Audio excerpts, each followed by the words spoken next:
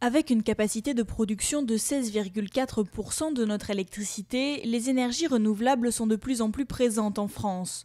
Pourtant, leur intégration au réseau de distribution existant n'est pas évident. Le développement des énergies renouvelables va créer et crée déjà des problèmes sur les réseaux électriques.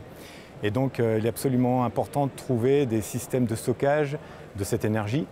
Objectif, stocker l'énergie produite en surplus et la diffuser sur les réseaux aux heures où elle est le plus demandée, une solution de plus en plus abordable grâce à la maîtrise de l'hydrogène, car si la molécule n'offre pas d'énergie en soi, elle est un formidable moyen de stockage. L'hydrogène est un très bon vecteur énergétique au sens où il y a beaucoup d'énergie au kilo dans l'hydrogène. C'est-à-dire qu'un kilo d'hydrogène contient 33 kWh d'énergie, 3 fois plus que dans un litre de gazole ou dans un kilo de gaz naturel.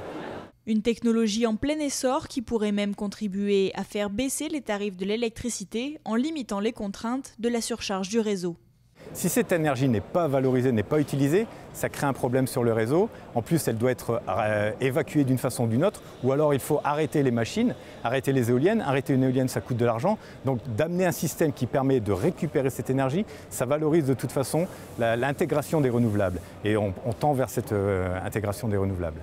Essentiellement présent aujourd'hui pour son usage industriel et importé par mer ou par route, l'hydrogène présente aussi un formidable avantage, celui d'être aisément productible par électrolyse à partir d'eau et d'énergie renouvelable au sein même des entreprises qui l'utilisent.